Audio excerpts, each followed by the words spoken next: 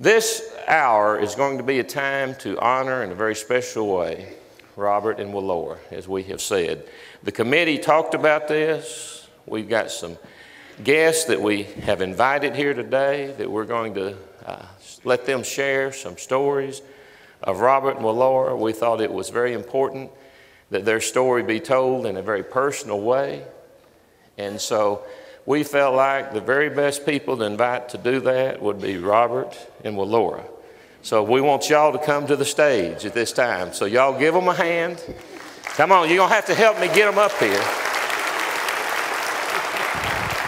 Come on up.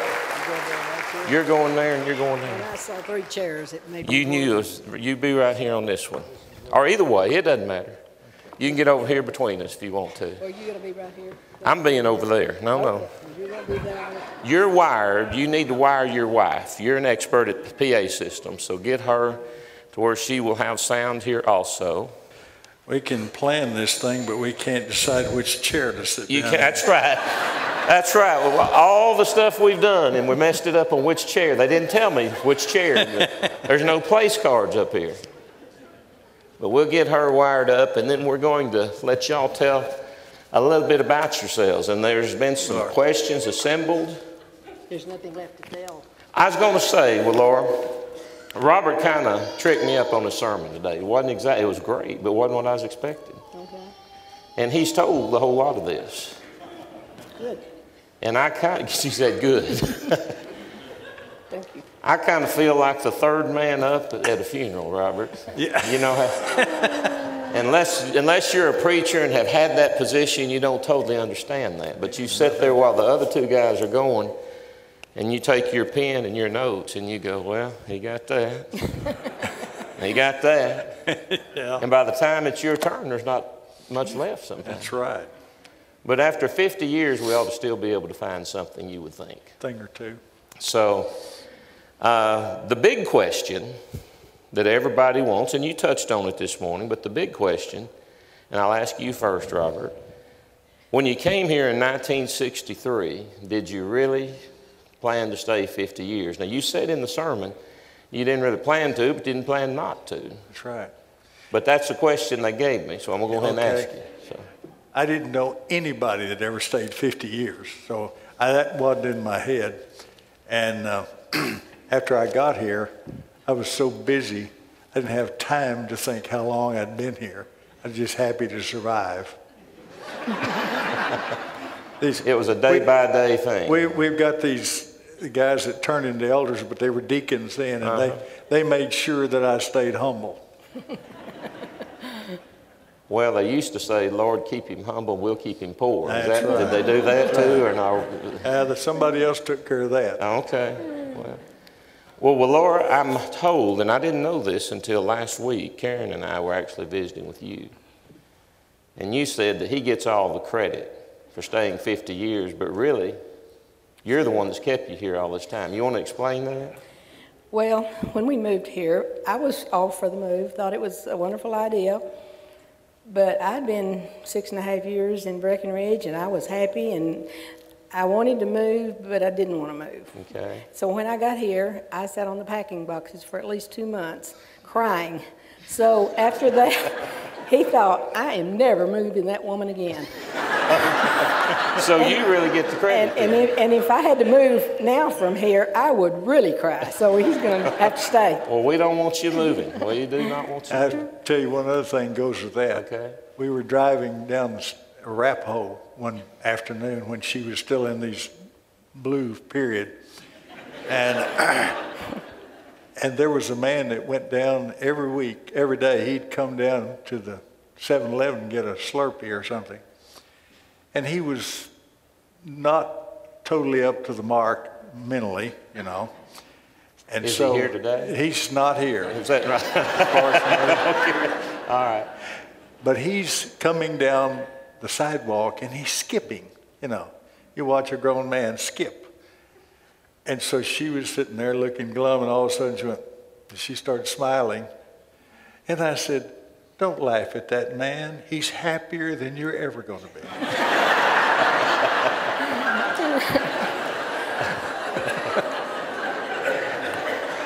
And he was skipping down the street. He's skipping and that's down. hard work. Yes, it is. I heard a guy say one time the doctor gave him a bottle of pills. Said it said on the bottle, said take 3 days running and then skip 2 days. He said that running like to got me, but he said that skipping killed me. He said, I can't do that. So you don't want to be here right now, do you? You're right. I can tell. Y'all aren't getting the vibrations I'm getting right now. But the center chair really would like to check out on this, I can tell. Yeah, But everybody wants to hear it. It's going to be all right. I will go You can endure it. You've endured this for 50 years. You can do this for an whatever y'all hour. have put forth, Okay, and all I'll do right. it today. We've got a picture. You can see the monitors here, and they're going to have the screens. There's a picture. Can you see that from where you're sitting? Robert, explain this picture to us. Okay, on the left is a somewhat current picture of me in the pulpit at the church building in Tioga, Texas. And that's where I preached the first sermon away from home. And we were up in Oklahoma with a foundation group, and we were coming back, and we told Corky that's where I started, and he said, well, let's just go by there. So we ran by, and I got up in the pulpit, just like it was the last time I saw it, 75 years ago or whatever. And, in fact, you found your sermon notes. The sermon notes are still there. We heard them this morning, I think.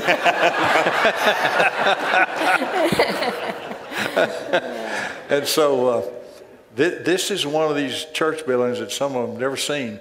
The baptistry is under the floor of the pulpit area. So they pulled that back. It was a burial. Yeah, it was a burial. You went down under it. But it was, this was where I started out, and lo, they were not amazed, for they'd heard it all before. But anyway, that was my beginning. And the building's still in good shape. Still it was in good open. shape. We came through there, and it was 7, 8 o'clock at night, and the building was still open. And this is on Gene Autry Avenue. Yeah, we have petitioned the city of Tioga to change that to Robert Oglesby Avenue. Okay. We're working on that. I don't know if Gene Autry's going to let us, but no. we are working on that. Well, Laura, you weren't there for that first sermon. No, not at all. So why don't you tell us a little bit how you came into the picture, when y'all met, and maybe some of your early days. Actually, our parents, my father and his mother, either dated or double dated. We don't know which. We couldn't tell by the way they discussed it. There's probably a picture we can put up. Yeah, here we go. Well, that was in Breckenridge, after we'd gotten to Breckenridge. But, okay. I'm thinking, I thought you was talking about I am. Back to... I was just getting him off there where we can look at something else. Well, anyway, we were friends in junior high school in the youth group. Okay. We double dated during high school. We dumped that guy I was going with in college and started going together, and that was it. All right. So you double dated. You weren't dating him. Mm-hmm. He was the other double. Yeah. And it worked out all right. And it worked out well, I guess. What happened to the other fellow? Well, he was in our wedding. He was skipping down the street down there. Last you saw him,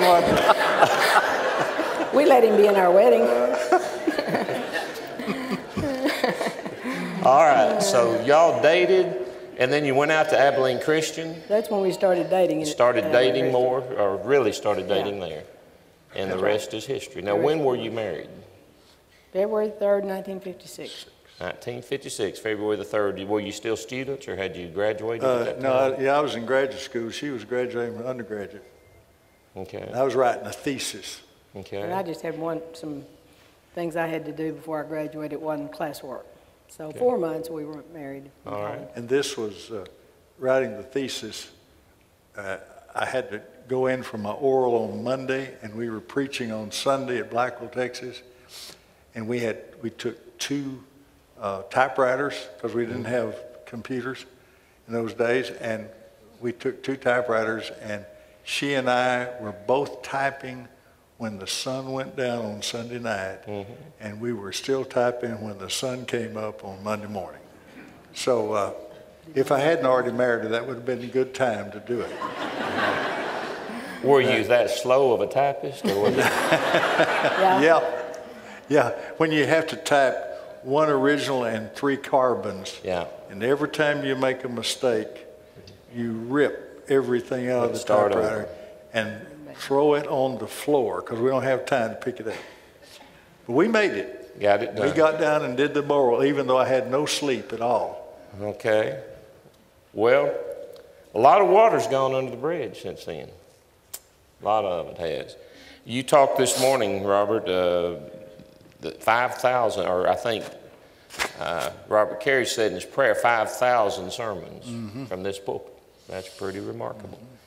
And that doesn't include at other places. No, that's another, add 1,000.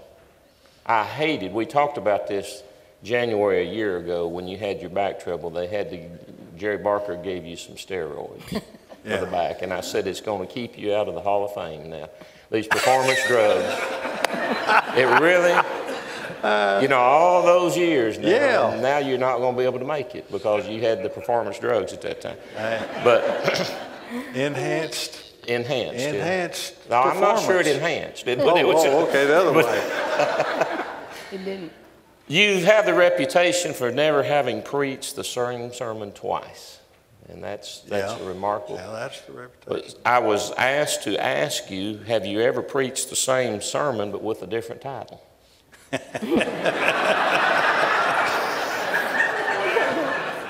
Well, let me tell you, Vicki has all the sermons now on the computer. And I go out to Vicki and say, here is the title. And then in a little while, she calls me back on the phone and she said, I need to tell you, you have preached that sermon before. I said, no, I have preached that title before. I love the title, but this is a different sermon. So it's a flip situation. Yeah. It's not the same sermon with different titles, the same title, but different sermon. Yeah, that's it. And I've done that about 3 times on some titles. I love certain titles, so I just call it Jerusalem and go on. You know. Or the Christian Race. Yeah. Wasn't your first sermon the Christian Race? Christian Race. Christian Race back in Tioga, Texas was the first one. We're going to talk about this building here that we saw in the sermon a few minutes ago, but before we do, I'm not sure for the ladies we spent enough time on your courtship and the marriage. They told me not to rush that. Okay. And so we will do that. Do you, Willora, have any interesting stories along those lines that are...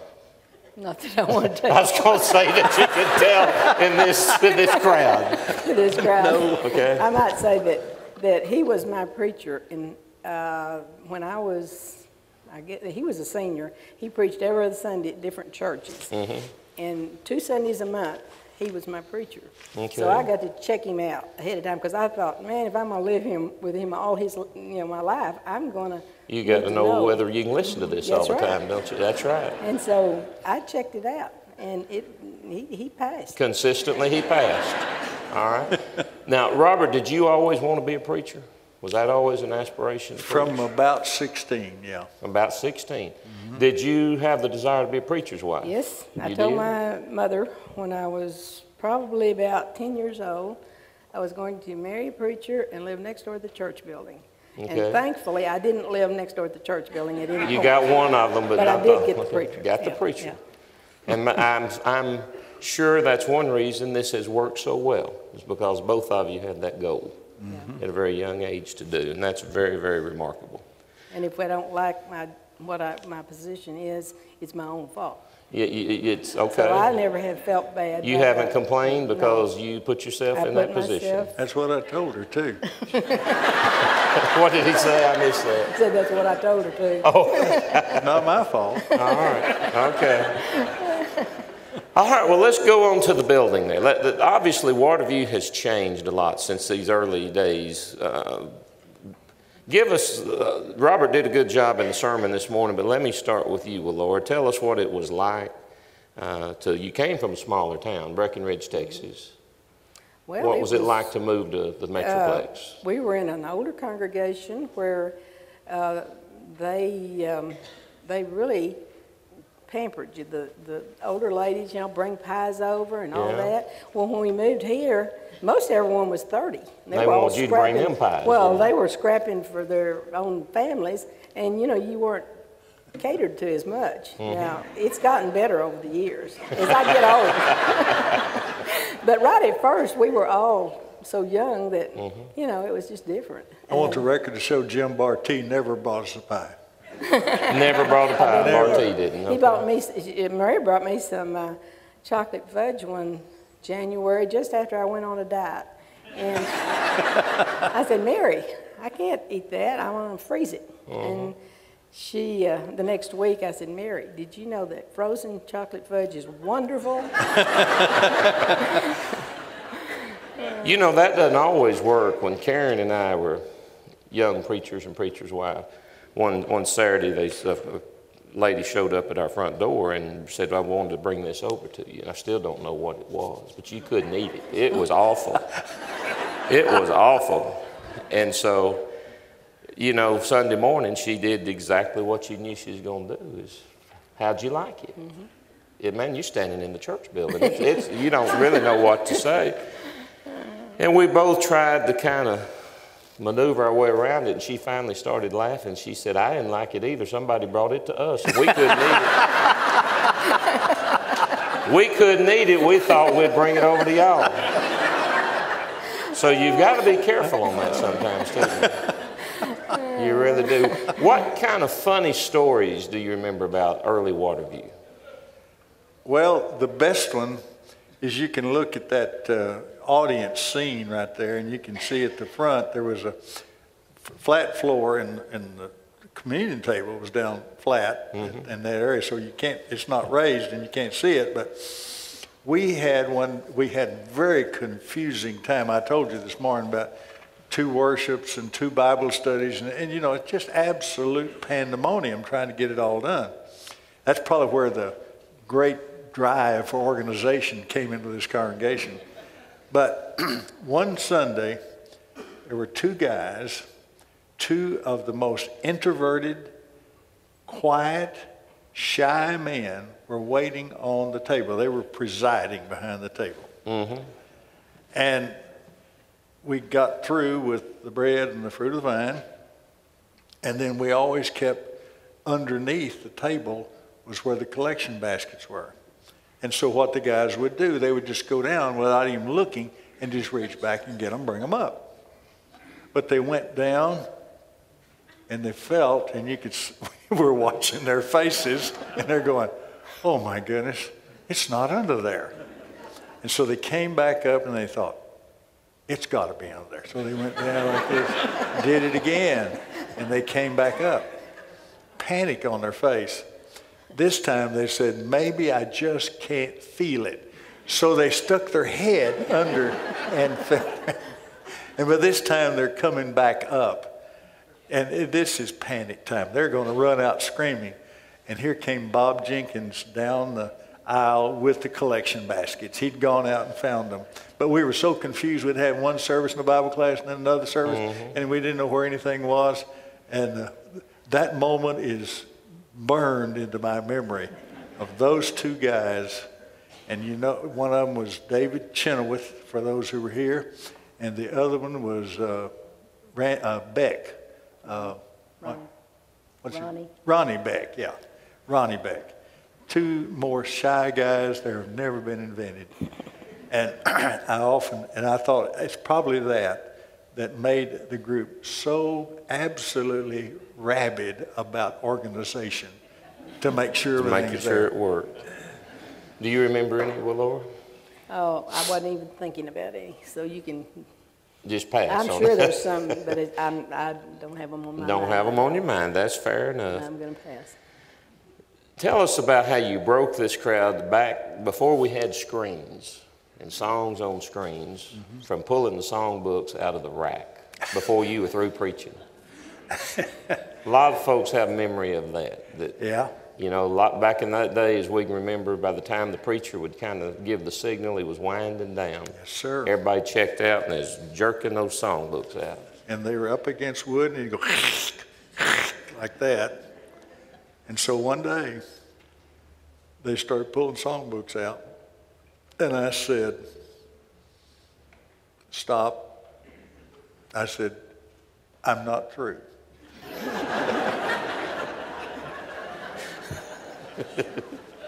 And there were people that had their songbook like here, trying to figure out if they could just drop it and get rid of it. And I said, when I'm through, I will tell you. And you can grab the book. But I said, every one of you knows the first stanza of every invitation song we sing. You don't need the book.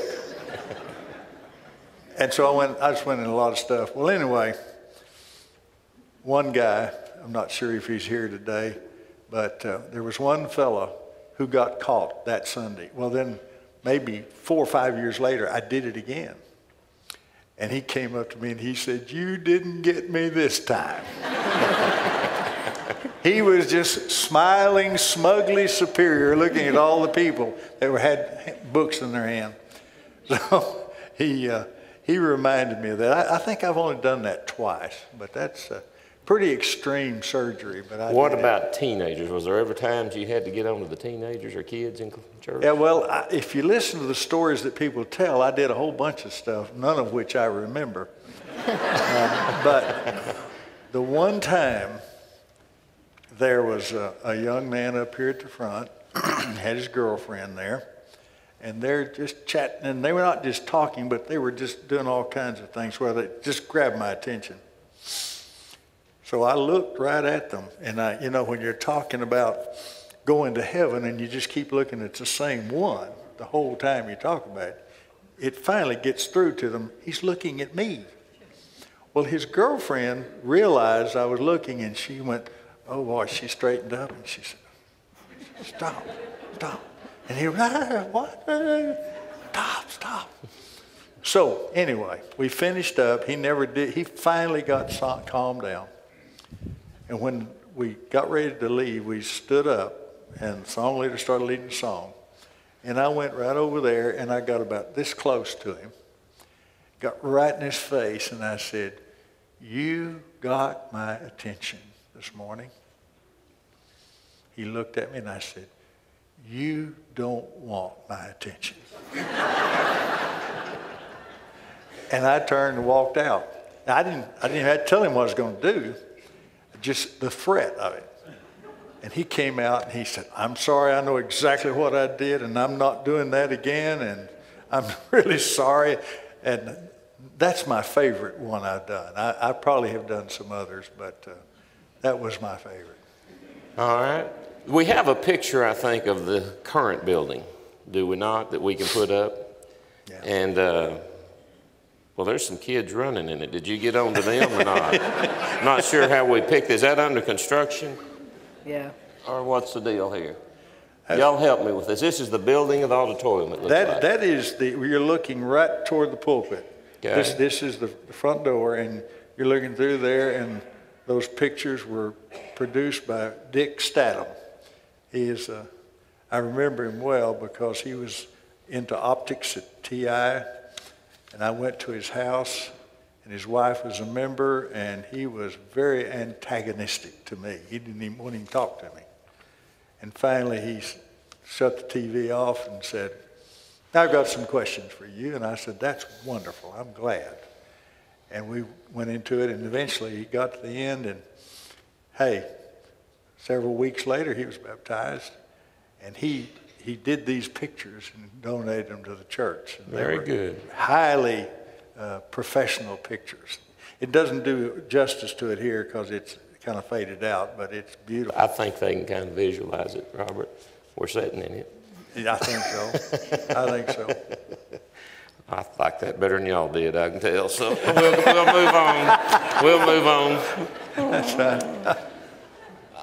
You hit a lot of these things in your sermon this morning, but group discussion, Jacob dealt with that in his class, talking about the pioneer group discussion. Some of the data I have here we'll just hit for time's sake, but I understand you've taught over 450 workshops for adult teachers, training them to be group discussion leaders. It's made an impact not only here at Waterview, but obviously through the Brotherhood. PET, personal evangelism. More than 200 people, as you said in your sermon this morning, were trained through the PET course, and then the shooting of the videos of One Story and The Story, respectively. One of them filmed in the studio, one of them on the, on location. in the Bible lands. And y'all may or may not know this. Robert's written 21 books, and she typed them all. And she's typed them. She typed those books from sun up till sundown till sun up. She typed those books. You served on the board of Abilene Christian for 22 years, board of Christian Chronicle, Restoration Quarterly, you're on their board, and you have taught and continue to teach on a regular basis the Ministerial Survival course in 7 of our universities and preacher training schools. Pretty impressive. Let's give him a hand for all of those accomplishments.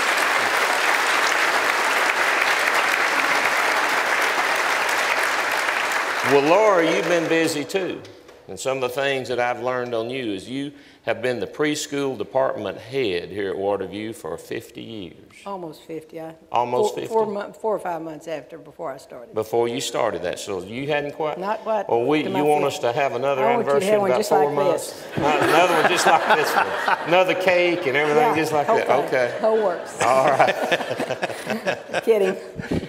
How did you get interested in that? Let me go ahead before we ask her that and say that she has assembled the curriculum for most of these classes here at Waterview all these years. She secures all of the teachers with the help of some coordinators, but she oversees that. She teaches from 1 to 3 times per week and has continuously in this preschool department. She's taught many teacher training workshops on college campuses and in churches throughout the Brotherhood. You wrote the VBS material that was published by GT Press. And actually, among the churches of Christ, you probably were the pioneer of the concept of cradle roll. No, Palma Smiley had started it a few years before we started Waterview, and I'd been in some of her classes. Okay. So I did most of the curriculum for here based on what she had done and what Lois Whitaker and Bankus's, what was the preacher's wife at Richardson?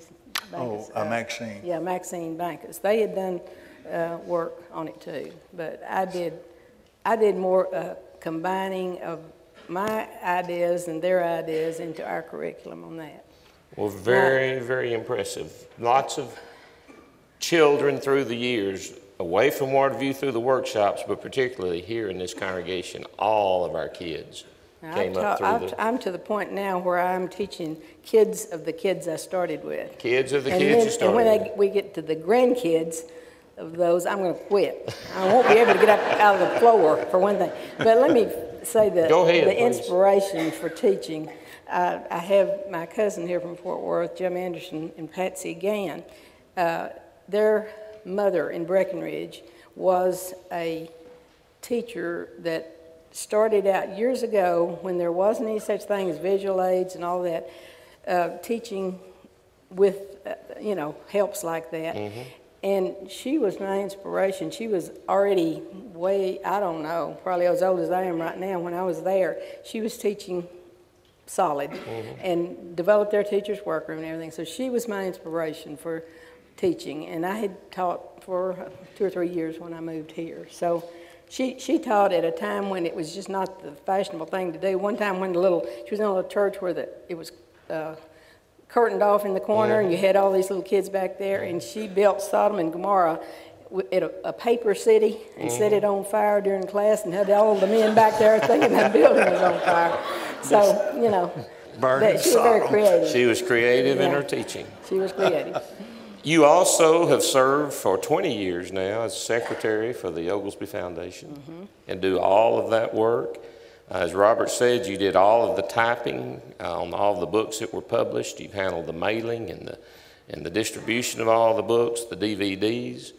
And Robert tells me your biggest time allocation in your normal work week is to general things that need to be done at Waterview.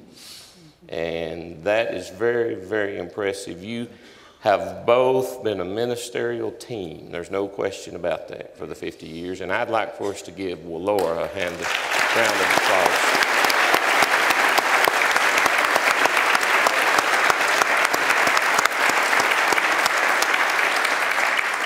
There's a picture of some family here. Let's put it up, and Willora, we'll let you tell us about your family for a minute. Okay, the first one up in the left upper is our firstborn, Robert Carey. That was when we were still in Breckenridge.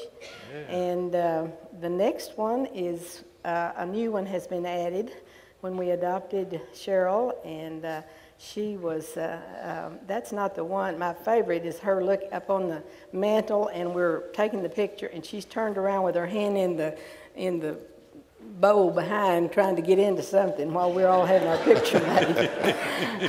A foretaste, anyway.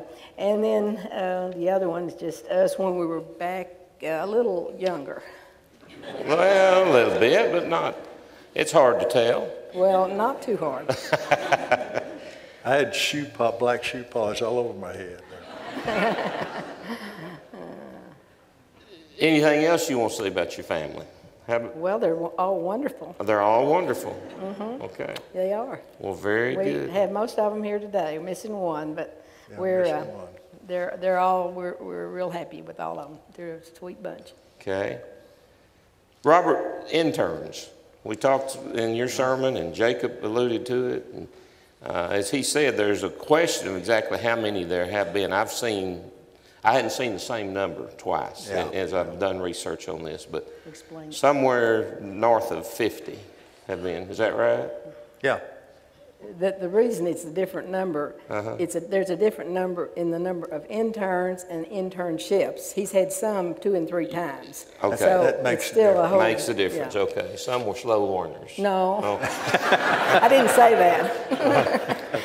Some of them wanted to come back again. There you go. Who was your favorite intern? Have a little more punishment. The favorite intern. Oh, my. Now, you're not supposed to think. I'm not going to be able to just think nor blink. That. Who was your first intern? Well, there was a kid from up at Denton area. He showed a lot of promise. First name was Danny, I believe. That goes way back. That goes way back. 1975. And the way this thing all started, and the reason I'm bringing that up, is J.D. Thomas, back in 1975, who at that time was the head of the Bible department at Abilene Christian. Brother Thomas had this idea that we needed to have practical training. Well, he was ahead of his time on that. Yeah. And there were a few of us selected and a few churches selected to do that. And we were, I think there was probably 5 or 6 of us. Robert Taylor was in the group. And we were the first in the brotherhood that ever received any college credit for an internship. Yeah, that's right. And that's how Waterview got started and how I got here. So yeah. But you're supposed to just say I was the favorite. These questions are going to get tougher now as we go through. I'm going to tell you, they're going to get more revealing. I remember when I went out there and interviewed Danny. There were 2 of them. 2 guys, and I talked to this first one, and then I talked to Danny, and I said, Danny, I'll have to interview some more, but you've got the job because I'm just going to make it look good because you're the obvious one. But this fellow that came ahead of you, and you probably remember who it was, he told Danny, he said, I've got it sewed up. It's mine. And so Danny could just smile because I just let him believe it. Let him believe. Yeah, and he said he didn't, like the fellow said, I didn't get the preaching job. And they said, why was that? And he said, I think it was because I'm Jewish. All right. Let's switch subjects here. Let's go to... Willora, you've also been the wedding coordinator at Waterview. All these years, how in the world, or why in the world would you want to take on that role? As stressful as weddings are. Yeah, it's stressful. That ruins my weekend if I do it, but because it's nerve-wracking. But I think the reason I started is because we'd get to rehearsals, and there wasn't. You can tell the people you started on. They're right here. Oh, that's right. Yeah. My cousin, Ruby and Charles Head, Robert married them before he did me. And I was the, he performed the wedding. I said he married them. Okay. All right. Gonna have to catch up. I'm catching up. I'm still got my feelings hurt about this intern thing. Well, anyway, I guess did I help direct yours or not? I don't remember about Yes, that, you but I did, just you remember when I think it was planned that I do it at that point. But so many times when early years, you get to a wedding and there were no plans ahead of time, Right. and so it took 10 hours to do a wedding rehearsal, and Robert didn't take too much kindly to that, so I started helping him on that, and so that's how I got into the wedding. wedding. And you've done a bunch I of have, them. and I've had some wonderful experiences, and I've had some hair-raising ones too. I imagine. My It's favorite is the one that was when it was time for the bride to come down the aisle. She's in the bathroom throwing up. Yeah, that was exciting. The bride or Bride Willora? was. Oh, the bride, okay. Well, I was too, probably. Yes, she was ready to throw up. Robert, you got any other, we're going to move to another area here, but you got any funny stories that may have happened with hospital visitation? Or Oh, man. there's all kinds of stuff happens there usually.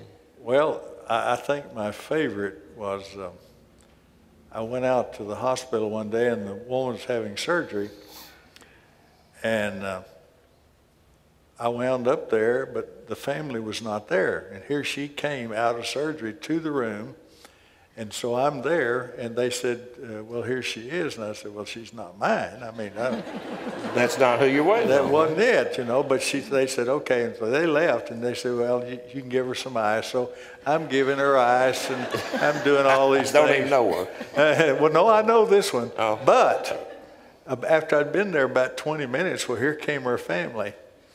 And they said, oh, they told us to go eat. She wouldn't be out.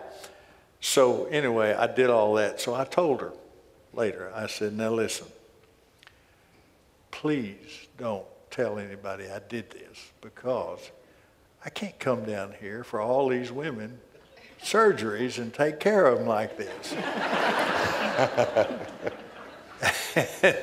And so we kept that our little secret. But that was... Some funny things do happen. Oh, there were some hilarious things that happened, but I had another one that flashed through my mind. Now I've forgotten what it was. Well, are you thinking about meeting the lady on the street? Well, that's my wife's story. Let her tell it. That was one of the worst. This is in Breckenridge. Yeah. He had been visiting this woman in the hospital, and he met her on the street and did not recognize her. And I was with him, standing there and listening to all this. He said, she said, you don't know me, do you? And he finally admitted he didn't, and she told him who she was. And he said, oh, I didn't recognize you with your clothes on. Yeah, And that gets you in trouble. I wanted to run away.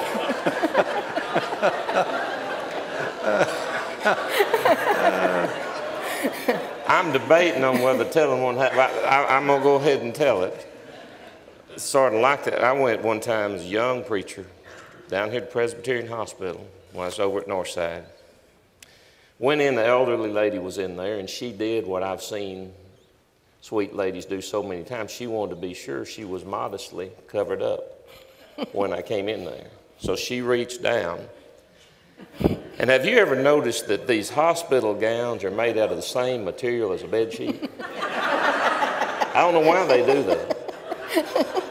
Y'all are way ahead of me.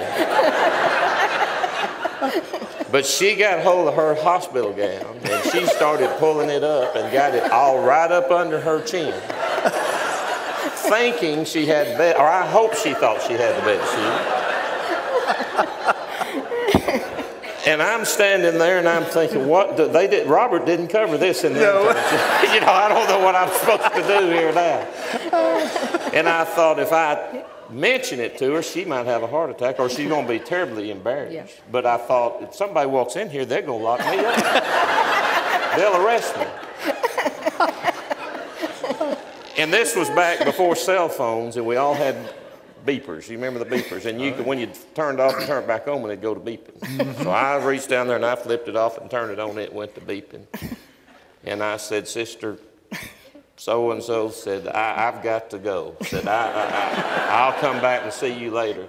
And I've often wondered who came in the room. I went to the door and looked both ways before I left that room. But it happens.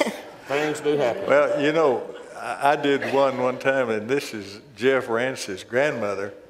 I went out to see her over in this section of town, and they told me she'd had surgery. And I went in there, and I was talking to her, and I knew her before, and I said, well, how are you doing in your recovery from surgery? And she said, I haven't had surgery. And I said, well, yeah, you're going to have surgery about so-and-so. And she said, well, I didn't have it. And I said, yes, you did. Yeah. And I convinced her she'd had surgery. And she said, well, if you say I did, I guess I did. That's persuasive. And That she is hadn't persuasive. had. She had not had surgery. Hadn't had They postponed the surgery. it. Well, she was really confused when they wanted to operate you. Well, I'm very persuasive in hospital visitation. We're going to have to rush along here. I wish we could spend all day at it. Well, Laura, you're ready to rush along. You rush on. I do want to get the audience to participate just a second. Over the past 50 years, no doubt, y'all have touched many, many lives. I'm going to ask you if you would to stand. If you were either baptized by Robert, or if you were taught and heard sermons from the pulpit here where he preached it, which led to your obedience to the gospel. If you would, please stand at this time. Thank you there. Lots of folks, all ages. Let's give them a hand. How about weddings? If he performed or helped with your wedding, would you stand? Karen and I are going to have to stand on this one. All right.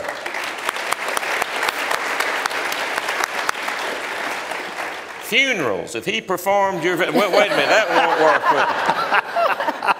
That won't work. But what if he assisted you and your family, loved ones at the time of a loss like that? Let me see you stand for that. Yeah, good. Okay. And then category, what if he visited you in the hospital and you were clothed, but in the hospital, or at your home if he came and visited? Look at this. Yeah. Not many preachers do this. Yeah. Let's give everybody a hand and give them a hand for what they've done. There's two more pictures we got to hit real quickly here. The first one's going to come up. You may have to look behind you here, but I think this is the classroom at ACU. Oh, Y'all yeah. talk about this. Yeah. Okay, this was, I don't know what year, but they offered to name a classroom after me, and that's the flash is on it, so you can't see it well, but it says, Robert Oglesby. And then our son goes there to teach, stands in front of the sign. And they say, they named a room after you? He said, is that my name? So I try to do anything I can to help him. All right, and we've got a second picture here. This is at Harding, isn't it? This is Harding. You want to comment on that one? This one is the real surprise. We'd worked about getting a preaching studio or a preaching lab that has several cameras, and it's got control booths, and they built a room inside of the Bible Center, the Bible building. And then when we got ready to go up there, we finally found out they were going to put my name, and I thought it was going to be Waterview's name, and Waterview is on that plaque. But when I turned that corner, and if you think those letters look big on the screen, you should have seen them the first time I saw them. It was almost overwhelming. I said, surely they're not going to make them that big. But I'm not as excited about my name being on it, but I was excited that you can go in, preach a sermon, and they will tape it, and then they can play it back and split the screen, and you can see this man can see him preaching on this section, and he can see now when we get it fixed, he can see the audience at the same time. When he says this, he can watch the reaction of the audience. And that's got to be state-of-the-art stuff because I don't think anybody else has that.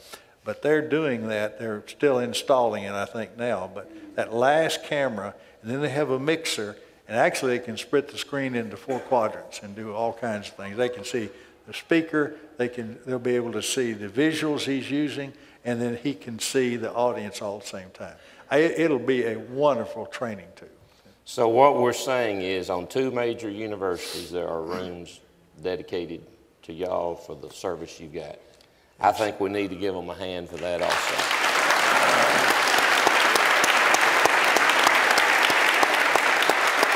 We got a brief video clip that we want to run right now about the Oglesby Foundation. Will you hear us talk about that? And rather than me question you about it or try to tell about it, we felt it was very appropriate to produce at this time a video. So let's run that. There's a call comes ringing o'er the restless wave. Send the light, send the light. There are souls to hide. Let us gather jewels for a crown above. Send the light, send the light, send the light, send the light. The blessed gospel light, let it shine from shore to shore. Send the light, the blessed gospel light, let it shine forevermore.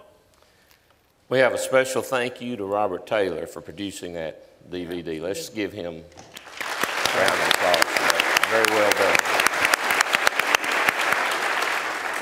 done. 20 years ago, Jack Evans had this dream along with you and established the foundation. Karen and I went downtown this week, downtown Dallas, to the public library, which I don't do that often. That surprises you, but I don't get to the library real often. But we went down there on a specific task because I remembered an article that I had seen years ago, an interview with Jack Evans when he was mayor of Dallas. And it wouldn't be a surprise to you. You get downtown to the main library in Dallas, there's quite a section on Jack Evans, a lot of archives there. And we went through them. And I found the article. It was published on August the 20th, 1984. And won't take time for the whole article, but it was a series of interview questions. One of the questions Jack was asked was the person who has most impacted your life. And his answer was our minister, Robert Oglesby. Yeah, remember that. And I don't know if you have that article or not, but there's your copy of it. And I can tell you why, there's no doubt why Jack wanted to help establish this foundation, but I can tell you why I remember that article. As I was a young preacher, preaching over at the Northside Church in Dallas, and one Sunday, it was in the paper, and on Sunday afternoon I read it, and I thought, wow, I hope somebody could say that of me someday. Mm-hmm. And I'm still waiting on that. That hadn't happened. But it was said of y'all. And Jack met a lot of people, lots of folks as mayor of Dallas and in the career he had. And I think that is a tribute to the two of you and to him today. And so I went down and found that in the archives for you to have. All right. We do have some presentations here today. We've got a letter that came in from Dr. Phil Schubert out at Abilene Christian. He couldn't be here today. He says, congratulations, a celebration of your 50 years of faithful service to the Waterview Church of Christ. Although I'm not able to attend this weekend's activities, I wanted to write and tell you how proud I am of you. The example of your faithful and godly marriage is great encouragement to Jamie and me, and your longtime service to Abilene Christian University has planted thousands of seeds that will bear fruit in the lives of people for generations to come. Your lives are truly examples of kingdom work that reflect sacrifice, humility, and love. Thank you for the blessings of thousands of students, faculty, and staff at ACU. Thank you for blessing them, he's saying. I pray God's richest blessings on you as you continue to serve Jesus. And so there's you a letter from the president of Abilene Christian. We have a presentation from Oklahoma Christian that Dewey Leggett is going to make on their behalf at this time. Dewey, come on up. Well, Oklahoma Christian does not have a room, at least yet, named after the Oglesby, like Harding and Abilene Christian. But we wouldn't have to do a lot of work if we just changed the name to Oglesby Christian University. So There you go. I'll start working on that. Until that happens, we have a citation from Oklahoma Christian University. It says, Oklahoma Christian University recognizes Robert and Willora Oglesby for excellence and faithfulness in advancing the Lord's kingdom as evidenced by 50 years of service at the Waterview Church of Christ. And thank you from Oklahoma Christian. Thank you. Good. Thank you, Dewey. Thank you very much. And then I believe Howard Norton, who's with us and will be speaking here in a few moments. Howard, if you'd come on up, he'll be speaking in our afternoon worship. I believe he brings something from Harding to you. I do indeed. This is from the President's office, and I've been asked to present this. Thank you. Been asked to present this for Harding University to both of you. We're very, very grateful for what you mean to the school, for your interest in preaching, for the promotion that you've done there, and the blessing of this studio. Harding University expresses sincere appreciation to Robert K. and Willora Oglesby for their 50 years of service to the Waterview Church of Christ in Richardson, Texas, February 24th, 2013. Thank you so much. Thank you. Brother. God bless you. Love you guys. Then we have some things from here at home that we'd like to share with you. One of them is right behind you. We got another picture. Folks have been so impressed by the pictures of the church building that have been put together by a collage of the pictures of the members of Waterview, the Waterview family. That was a big thing we had for our 50th edition of our directory. And so we, the committee, ordered up another one of these, and so that one is for y'all to take home today as we're leaving. Okay? We also have another proclamation here. This proclamation is for Willora. It says, whereas Willora Oglesby has served the Waterview Church of Christ alongside her husband Robert K. Oglesby for 50 years, and whereas she has served the Waterview Church of Christ for those 50 years as the department head of the preschool department, ensuring the youngest children know God and His Word, and whereas believing that even the youngest infant could know God loves them, she spearheaded the development of a cradle roll program now in use by hundreds of churches today. And whereas at Waterview's inception, seeing the need for a place for teachers to have materials available for classes, she was instrumental on the team which developed a teacher's workroom which has become the model for many other churches. And whereas the church needed quality Bible class material, she wrote the entire preschool vacation Bible school curriculum for quality publications for several years. And whereas Waterview hosted the weddings of hundreds of members, she calmed the nerves of numerous fathers of the bride, provided the guidance for those weddings, which are joyful memories which last a lifetime. And whereas having a great body of knowledge and experience teaching preschool children, she taught on dozens of teacher training workshops through America.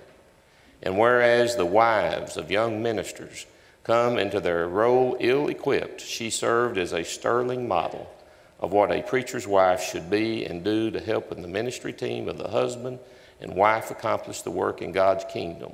Now, therefore, be it resolved that this day we recognize and express our love for Willora Oglesby on her 50th anniversary of service to the Waterview family. And we have here a special book, and this was done by Lindy Bell, put this together, but this is a collection of cards and notes and things that folks have sent in for today that y'all can take home with you, and you can put on the table if you want to there, Willora.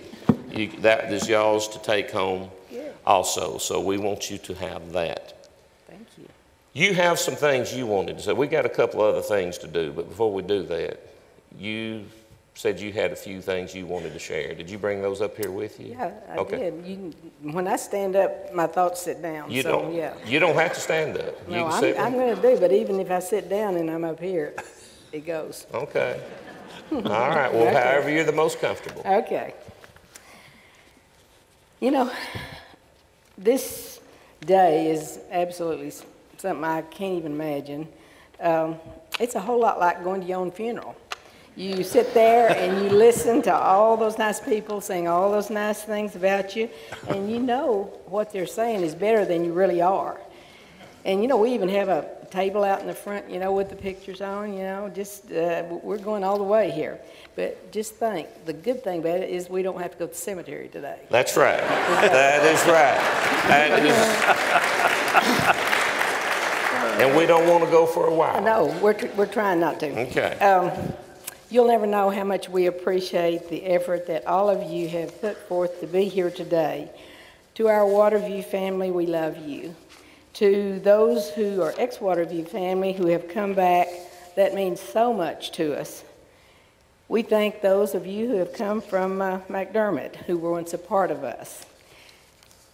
All of our immediate family, of course, are here as they've been introduced, and everyone except one granddaughter, and she's the mother of our little great-grandson. And if you haven't seen Carter's picture, all good grandmothers have pictures.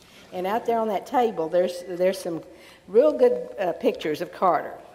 Robert's brother, Richard, and his wife, Irene, are here. And we each have several cousins, and their spouses here, and we appreciate all of you very much. Then we have some very special friends here today. It makes us smile when we think of the wonderful memories we share with each of you. We have so many that you're just thrills us to have you here. We're sad that many of our close friends who have been here for all of our honorings are not with us today. Some are watching from heaven, and some dealing with major health problems, but they're here in spirit. And last but not least, I want to thank, and Robert does too, all of you Waterview people who made this happen. With many, many hours of work and much money you have put into this day. It's truly a day that we will never forget. Thank you so very much.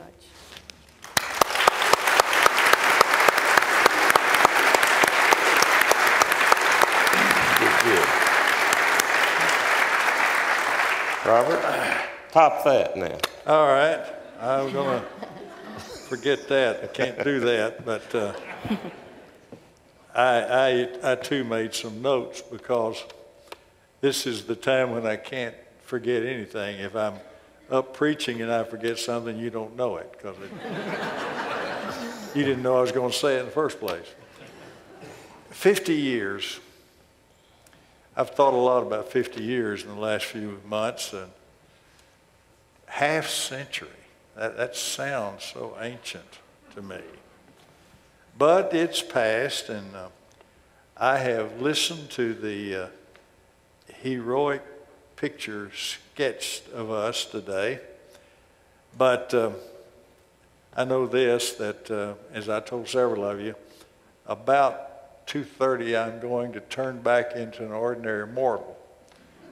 And I want you to be prepared for that.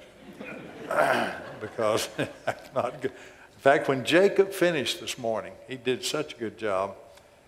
I said, I won't stand up and say, let's just call it off right here. Because anything I say, I'm going down after he's told all those wonderful things.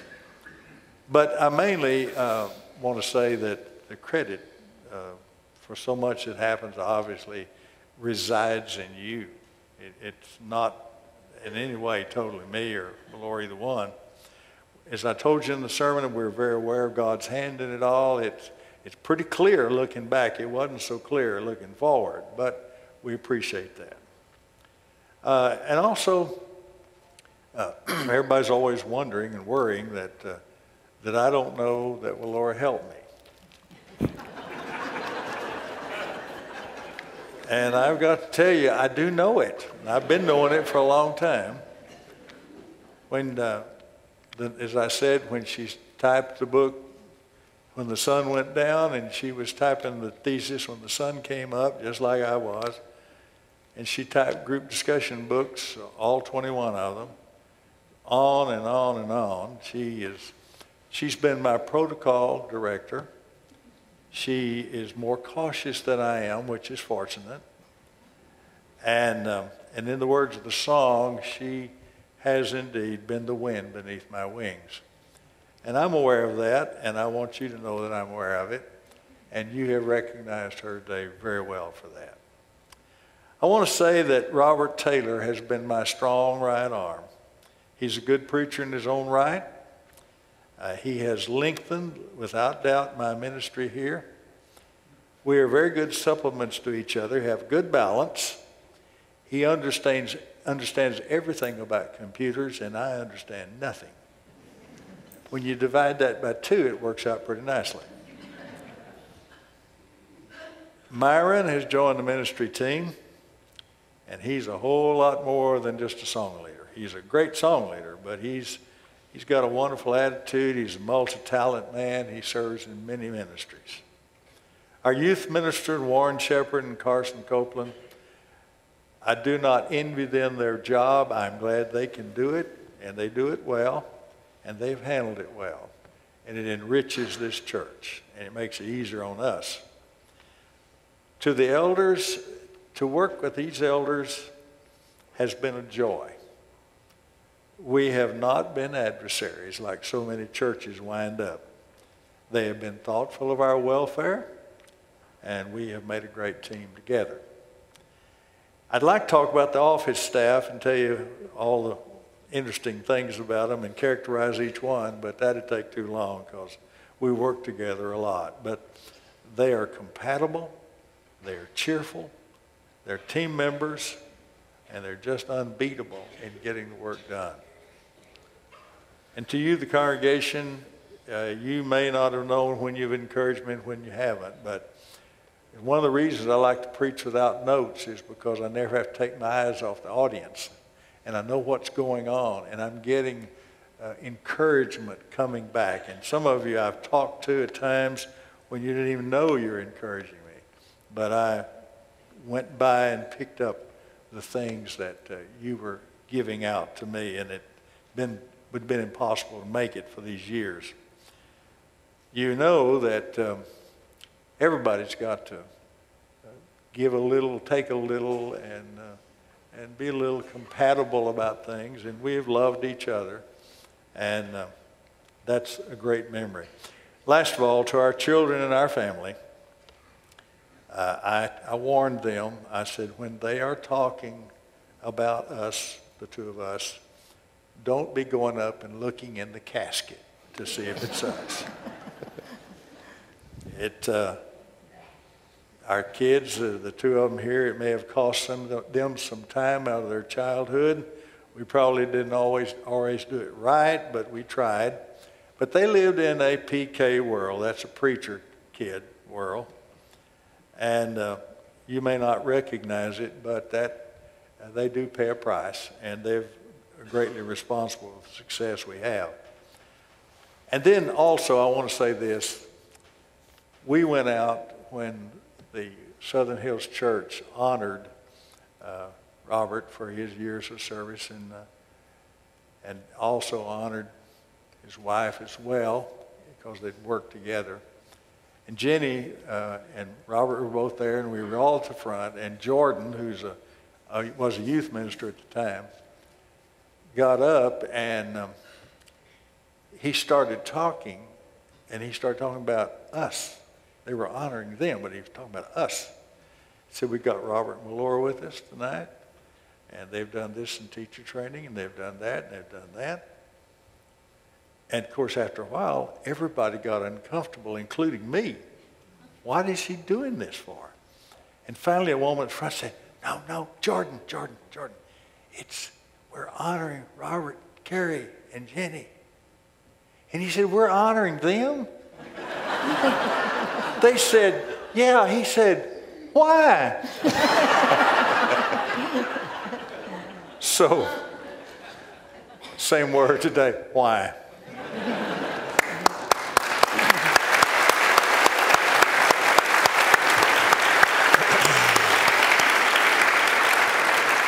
Well, for 50 years, there's no doubt God has blessed this good church.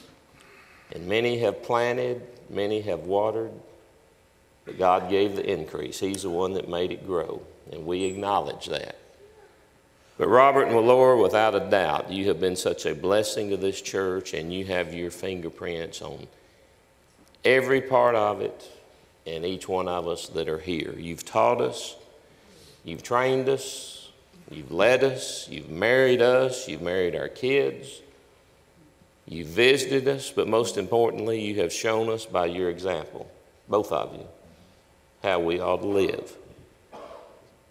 Jacob hit this in his talk this morning, his class this morning. You have never played favorites. You have never played politics. You have done your job with great integrity.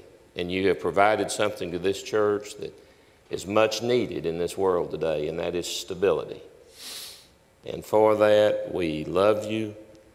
We think you have exemplified what the Apostle Paul described to the church at Corinth when he said, be steadfast, immovable, always abounding in the work of the Lord, knowing that your work is not in vain. And we believe today that only eternity will really know the full extent of the influence that you've had. And we love you for that, and we want you to know that.